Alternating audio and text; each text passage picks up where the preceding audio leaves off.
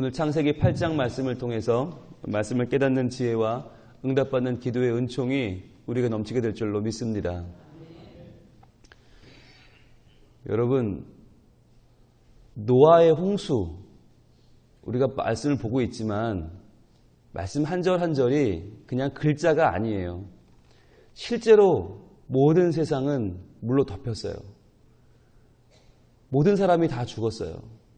그러나 하나님이 함께 하시는 방주 안에 있는 사람들만 살아남았어요. 여러분, 이것이 단순히 그냥 옛날 이야기 또는 어린아이들에게 들려주는 동화가 아니라 실제로 이 땅이 그러한 일이 벌어졌다라고 하는 것. 성경은 진실이고 진리입니다. 그렇다면 우리가 그러한 가운데에서 오늘날도 똑같이 살아가고 있는 거예요. 똑같이 죄악의 홍수 가운데에서 하나님이 어디냐라고 말하는 인본주의 홍수 가운데 우리가 살고 있어요. 바꿔 말하면 오늘날 우리도 결단해야 되는 거예요. 방주를 선택할지 아니면 밖에 남을지. 예수 그리스도, 우리의 구주이신 예수님 안에 거할지 아니면 그 밖에서 희희낙낙하며 우리의 돈과 명예와 건강과 나의 계획을 따라 살아갈지를 결정해야 되는 것이에요. 오늘 본문은 이렇게 시작해요. 하나님이라고 시작해요. 자, 여러분, 어제 7장 1절은 어떻게 시작했어요? 여호와께서라고 시작했죠. 자, 여호와라고 말하면 뭐가 강조되는 거라고 그랬어요? 언약. 그렇죠. 언약을 주시고 이루시는 하나님을 강조할 때 여호와라고 그랬죠. 자, 어제 여호와 하나님은 어떤 언약을 주셨어요? 1절에 여호와께서 자, 방주로 들어가라 그랬죠. 방주로 들어가라라는 언약을 주셨어요. 그래서 9절에 방주로 들어갔으며 그랬더니 어떻게 됐어요? 23절에 방주에 있던 자들만 남았더라. 이게 언약이었죠. 언약을 주시는 하나님은 여호와 하나님. 그런데 오늘은 뭐라고 시작해요? 하나님이라고 시작하죠. 왜일까요? 자, 이제 그 물이 빠지기 시작합니다. 여러분, 비가 내리는 게 더 쉬울까요? 그 물이 다 빠지는 게 더 어려울까요? 여러분, 그 물이 빠지는 게 훨씬 더 어려워요. 하나님은 이제 다시 한번 전능하신 하나님, 능력의 하나님으로 돌아와서 마치 천지를 창조하시던 그 힘과 능력으로 이 땅에서 그 물을 제하기 시작하십니다. 그래서 하나님인 거예요. 하나님이라고 할 때는 인간에게 계약을 맺고 찾아오는 하나님이라기보다는 천지를 창조하시고 천지를 운행하시는 전능하신 분, 하나님의 능력이 강조될 때 하나님이라고 하잖아요. 우리 그 차이를, 뉘앙스를 알잖아요. 그러니까 이제 8장의 하나님은 천지 만물에 가득 찬 모든 물을 이제 하나하나 없애요. 하나하나 하나님께서 건지시고 치유하시는 거죠. 자, 우리 한번 펜을 드시고 한번 표시해 볼까요?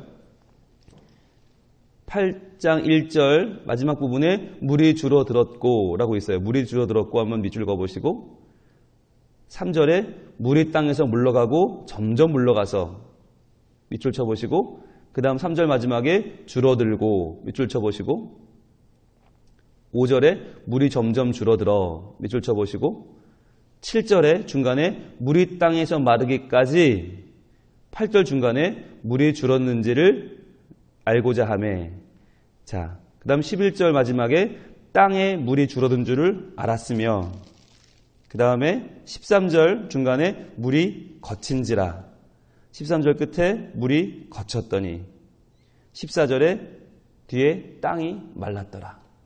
자, 표시하셨어요?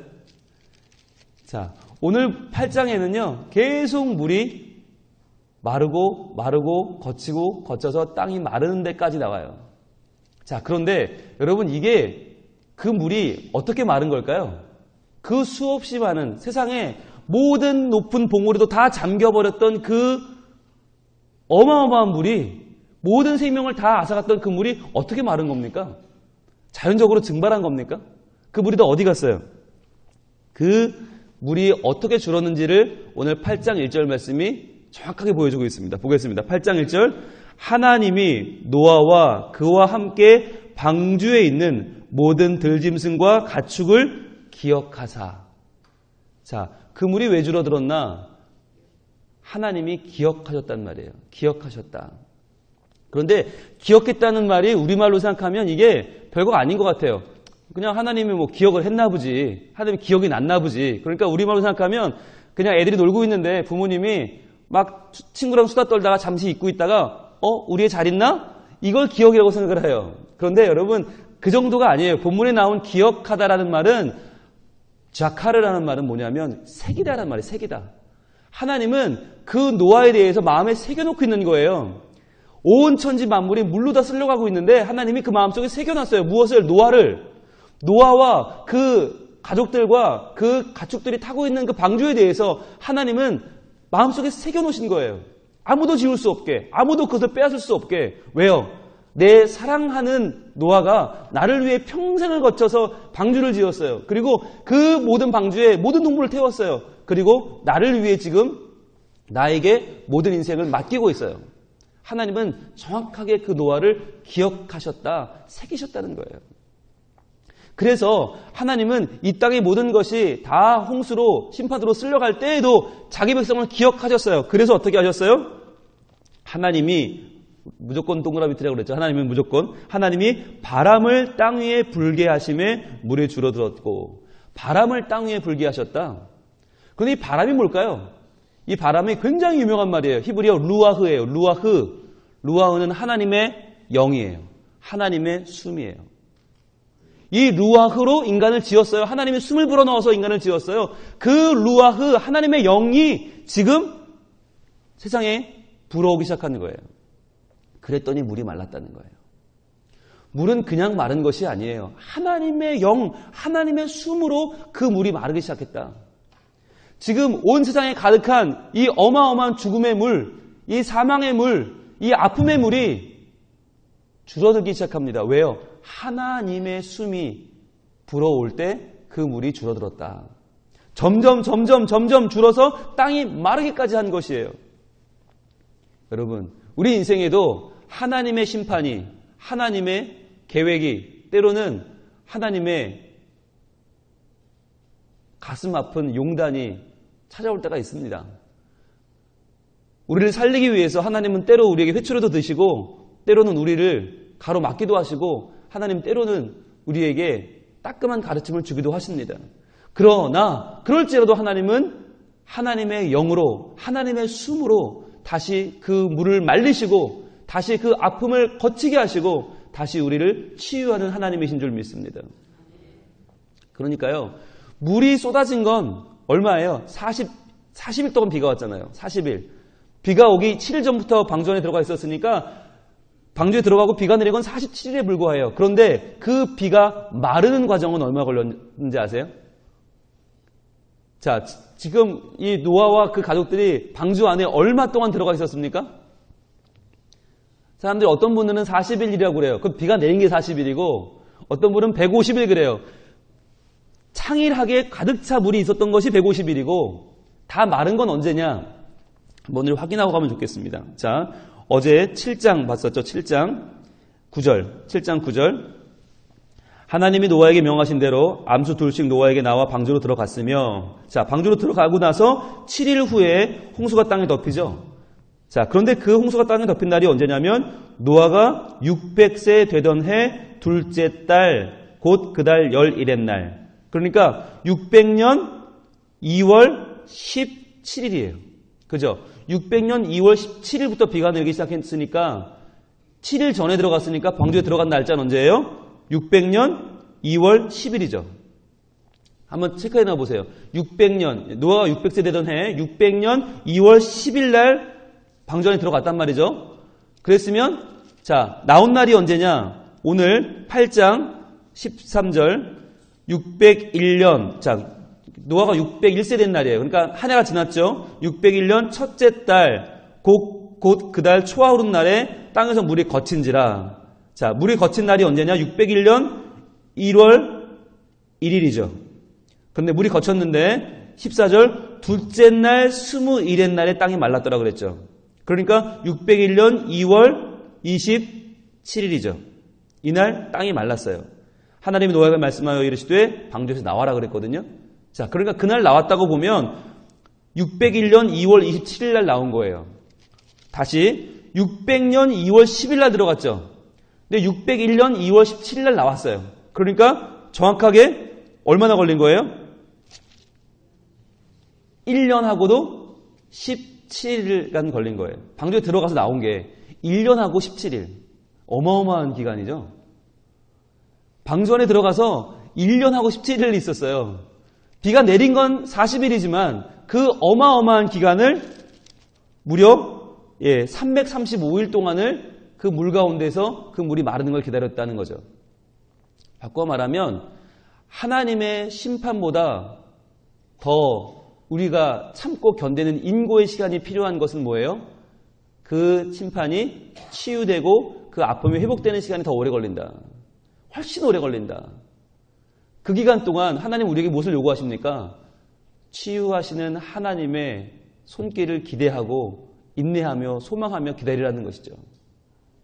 그러나 그럴 때 우리가 본 것처럼 어떻게 돼요? 물이 줄어들고 물이 땅에서 물러가고 점점 물러가서 물이 점점 줄어들어 물이 땅에서 마르기까지 물이 줄어드는지를 땅에 물이 줄어든 줄 알았으며 물이 거친지라 물이 거쳤더니 땅이 말랐더라. 우리가 표시한 대로 읽어보면 점점 그 물이 거치고 말라서 땅이 완전히 마르기까지 하나님이 그 물을 하나님의 영으로 하나님의 숨으로 불어내고 계신 것을 볼 수 있어요. 여러분 얼마나 살아가면서 아픔이 많으십니까? 실제로 얼마나 많이 괴롭고 눈물 나는 아픔들이 많이 있습니까? 어찌 보면 이건 도저히 해결이 안 된다 라는 문제도 생길 것 같아요. 이 문제는 이 질병은 이 아픔은 이 관계의 꼬임은 절대 이건 해결이 안 된다. 그러나 여러분 이만큼 기다려 보셨어요?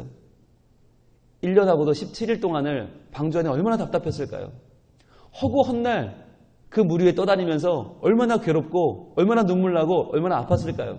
그러나 하나님의 때에 그 물이 거쳤다라는 것이에요. 땅은 말랐다.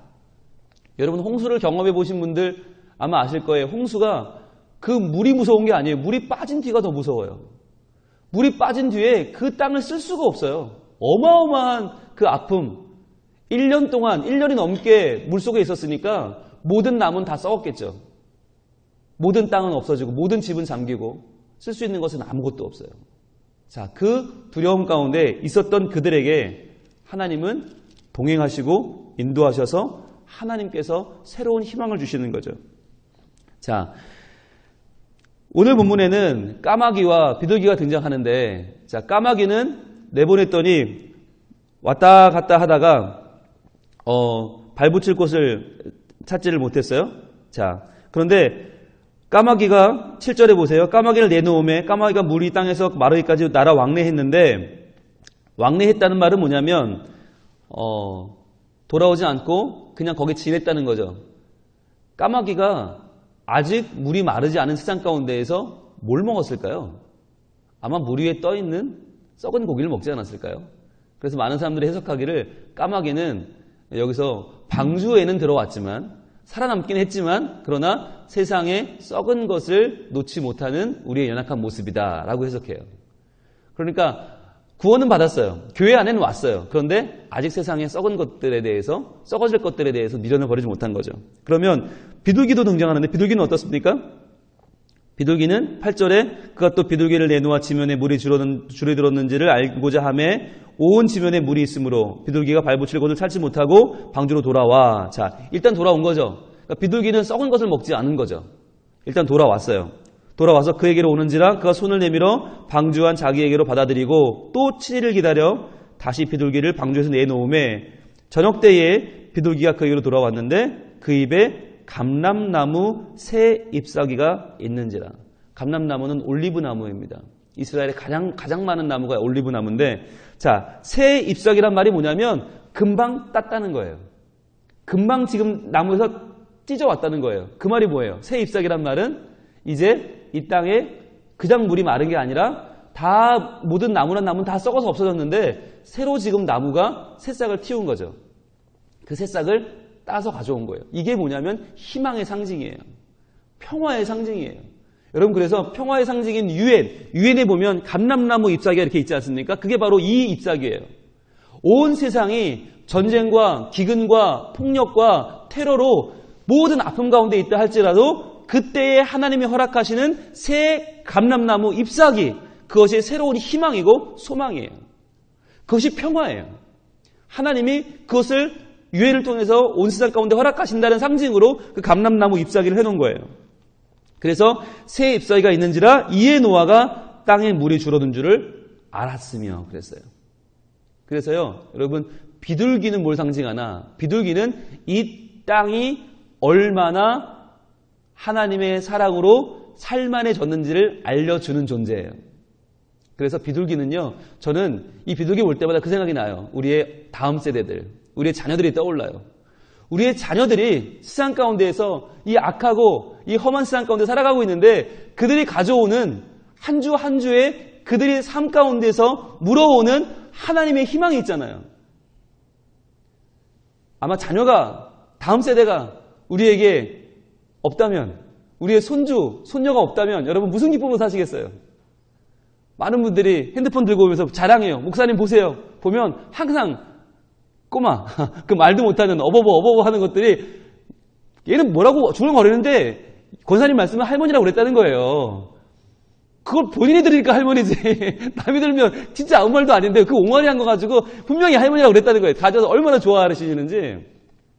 여러분, 다음 세대를 밝히는 희망은, 비둘기는 바로 우리의 자녀들이고요. 우리의 손주들이고요. 그런데 그들이 하나님 안에 있지 않으면, 그들이 믿음 안에 있지 않으면 이 역할을 할 수가 없어요. 새 감람나무를 뜯어올 수가 없어요. 그래서 주로 이 새벽 시간에는 부모님들이 나오시잖아요. 그렇다면 여기 나온 부모님들이 뭘 기도해야 될까요? 하나님, 우리의 다음 세대가 세상에 나가서 썩어질 것들에 유혹되고 거기에 머무르는 까마귀로 살지 않게 하시고 그 가운데에서 하나님 주시는 새의 희망의 물꼬를 트는 새의 희망의 감람나무 열매를 가져와서 그 잎사귀를 가져와서 하나님의 살아계심을, 하나님의 치유하심을 우리 교회에 알리고 세상에 알리는 비둘기로 살게 하여 주시옵소서. 그게 중요한 거죠. 자, 이제 하나님은 다시 한번 노아에게 말씀하십니다. 15절입니다. 자, 땅이 마른 뒤에 하나님 말씀하세요. 노아에게 말씀하여 이르시되, 자, 하나님이 동그라미 하시고 말씀하여 이르시되 밑줄 쳐야겠죠? 중요한 말씀이죠. 하나님이 나오면 무조건 중요한 거예요. 자, 하나님이 뭐라고 하시나? 16절, 너는 내 아내와 내 아들들과 내 며느리들과 함께 방주에서 나오고 그랬어요. 이제는 어제는 방주로 들어가라 그랬죠. 자, 방주로 들어가라 들어갔더니 어떻게 됐어요? 방주에 들어간 자만 살아남았죠. 즉, 하나님이 방주로 들어가라 하는 것은 그들을 어디론가 몰아가고 그들을 그냥 좁은데 여기 그냥 고생해라, 힘들어라가 아니라 그들을 구원하시는 하나님 발걸음이었어요. 그렇다면 방주에서 나오라는 뭐예요? 이것도 똑같이 하나님이 그들에게 이 땅 가운데 삶의 의미를 허락하시고 그들에게 인간다운 삶, 하나님의 자녀로서의 삶을 이제 시작하라고 새로운 사명을 주시는 것이죠. 방주로 들어가라는 명령에 순종한 것도 믿음이었고 방주로 나오라는 말에 순종한 것도 믿음이었어요. 여러분, 이 두 가지 중에 뭐가 더 어려웠을까 생각해보면 오히려 방주로 들어가라는 건 쉬워요. 그렇잖아요. 지금까지 지었는데 평생 지은 방주인데 게다가 동물들이 다 찾아왔잖아요. 제벌로 걸어왔잖아요. 얼마나 신기해요. 들어가라는 건 이제 곧 심판이 올 텐데 구원받는 게 얼마나 기뻐요. 들어가는 건 쉬워요. 오히려 어려운 건 나오는 거예요. 방주 안에 있는 건 얼마나 좋아요. 행복하고 하나님의 은혜 가운데 거해요. 좋아요. 하나님 여기가 좋사오니 이루고 싶어요. 하나님은 방주에서 나오라고 말씀하세요. 우리가 교회에 와서 은혜 받는 시간 얼마나 좋아요. 예배 시간 1시간은 정말 천국 같잖아요. 그러나 하나님은 여기 머물지 말고 다시 너희의 삶의 자리로 나아가라고 말씀하는 거예요. 너희의 직장으로 가서, 너희의 가정으로 들어가서, 너희의 삶의 터전으로 들어가서 내가 살아 있음을 증거하고 알리고 나의 사랑 가운데 거하며 살라는 거예요. 세상을 변화시키는 새로운 사명이 우리에게 있는 것입니다. 자, 그랬더니 18절에 노아가 그 아들들과 그의 아내와 그 며느리들과 함께 나왔고, 여러분, 노아의 의로움은 여기 있습니다. 노아는 한 번도 토를 달지 않아요. 방주에 들어가라 할 때, 왜 또 들어가요? 하나님, 밖이 좋은데 하지 않았어요. 나오라고 할 때, 왜 나와요? 하나님, 밖에 나오면 지금 땅이 말이 아니고 온 천지가 지금 물이 빠진 땅이 하나님 좋은 줄 아세요? 방주가 훨씬 좋거든요? 하지 않았어요. 들어가라면 들어가고 나오라면 나왔어요. 이게 노아의 의로움이고 이게 노아의 믿음인 것이에요. 그런데요, 노아의 위대함이 여기서 빛나느냐? 노아가 나오라는 말씀을 듣고 그냥 나온 게 아니라 나왔을 때 그에게 사명이 있음을 알았죠. 아, 이제 내가 이 땅 가운데 하나님과의 더 바른 관계를 맺고 살아야 되는구나. 그래서 20절입니다. 노아가 여호와께 제단을 쌓고 모든 정결한 짐승과 모든 정결한 새 중에서 제물을 취하여 번제로 제단에 드렸더니 그 사명의 첫 번째가 뭐였습니까? 예배였습니다. 노아는 자기를 살려주신 하나님이 왜 우리를 구원하셨는가? 우리가 이뻐서? 우리가 특별해서? 아니라는 거예요. 예배하기 위해서. 하나님을 높이고 하나님을 인정하기 위해서라고 노아는 고백하는 것입니다. 바꿔 말하면 오늘 우리는 왜 구원받았어요? 왜 우리는 하나님을 알게 됐어요? 왜 우리는 예수 그리스도를 구주로 모시고 이 새벽에 나와서 내 욕심대로 살지 않고 말씀대로 살겠다고 하나님 앞에 헌신하며 나오는 것입니까? 왜입니까? 우리가 특별해서요? 우리가 뭐 더 잘한 게 있어요? 사람보다 더 나은 게 있어요? 아니요. 절대 그렇지 않아요. 왜 우리가 구원받았는가? 사명이 있기 때문이에요. 그 사명의 첫 번째는 예배입니다. 그래서 우리는 이 아침에 나와서 하나님을 인정하며 예배하는 것이고, 그래서 우리는 주일마다, 수요일마다 또는 우리 셀 모임에서 모일 때마다 예배하는 것이에요. 그러면서 하나님의 영광을 고백하고 하나님의 살아계심을 증거하고 하나님이 나와 동행하심을 기뻐하며 감격하는 것입니다. 그래서 예배가 우리의 사명인 줄 믿습니다.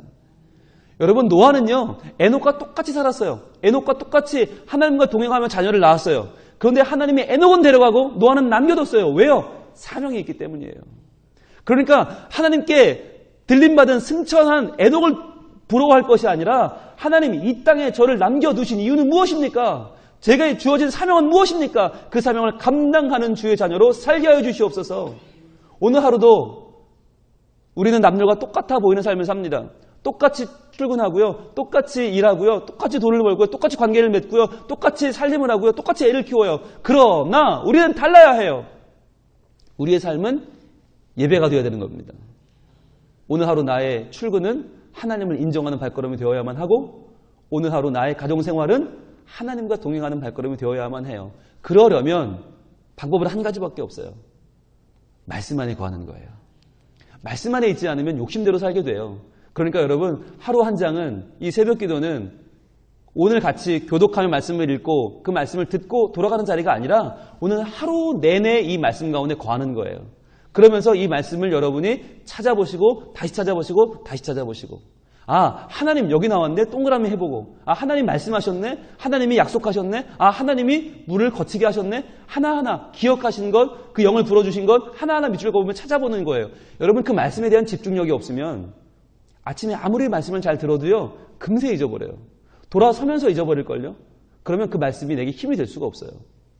그래서 여러분, 이 하루 한 장이 지금 우리 교회 홈페이지 들어오시면 홈페이지 새벽기도 설교란이 따로 있고요. 거기 창세기 1장부터 다 말씀이 올라와 있어요. 그러니까 여러분, 혹시나 잊어버렸다 그러면 다시 홈페이지 들어오셔서 1장부터 다시 한번 들어보세요. 들어보시면서 성경에 표시해 보세요. 아침에 시간이 많이 없어서 제가 자세히 못하는 부분들이 있어요. 빨리빨리 지나가는 부분들이 있어요. 그러면 다시 들어보시면서 성경에 체크해 보세요. 그러면서 나만의 성경에 다시금 하나님의 은혜와 약속이 어디 들어있는지를 체크해 보는 거예요. 그러면서 내가 한번 새롭게 성경을 여러분 이번에 다시금 정리할 필요가 있어요.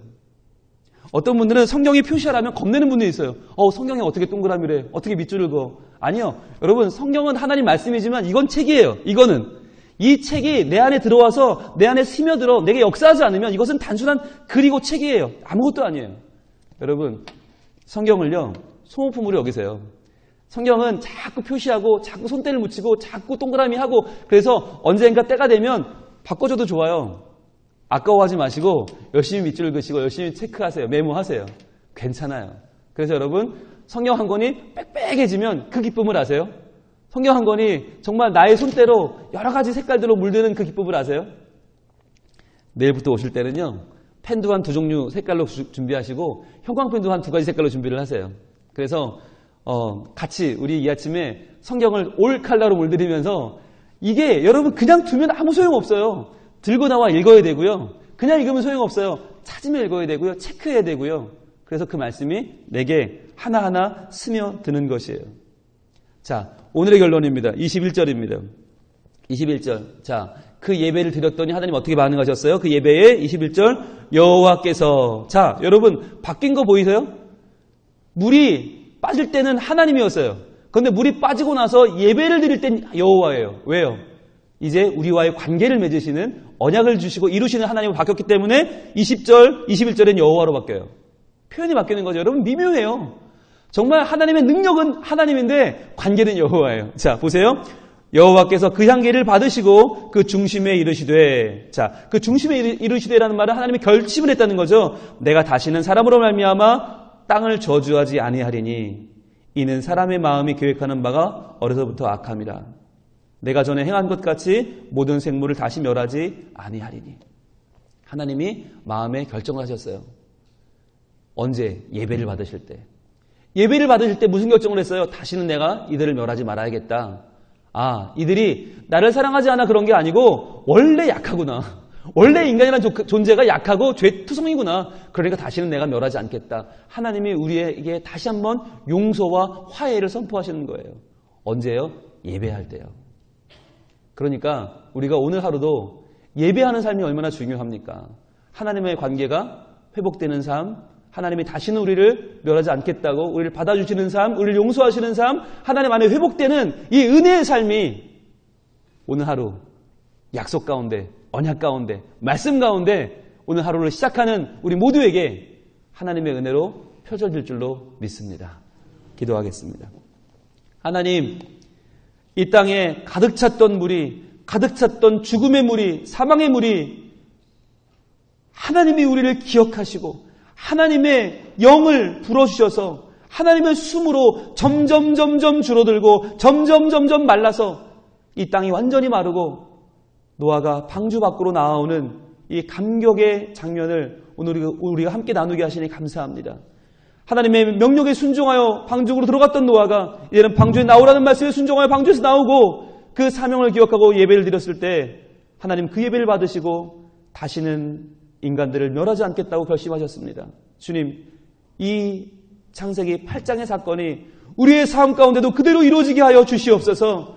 다시는 우리를 멸하지 아니하시고 다시는 우리를 심판하지 아니하시고 우리를 사랑하시며 하나님의 임재 가운데로 말씀 가운데로 은혜 가운데로 인도하시는 하나님을 따라 오늘 하루도 하나님 안에서 변화되는 삶, 하나님의 이름을 증거하는 삶, 하나님의 화해 가운데에서 하나님의 은혜를 마음껏 누리는 복된 삶이 되게 하여 주시고 무엇보다도 우리 다음 세대들, 우리 자녀들이 말씀 안에 깨어있게 하시고 그들이 이 땅 가운데 희망을 선포하고 평화를 전하는 이 땅의 비둘기로 살게 하여 주시옵소서. 이 모든 말씀 예수님 이름으로 기도합니다.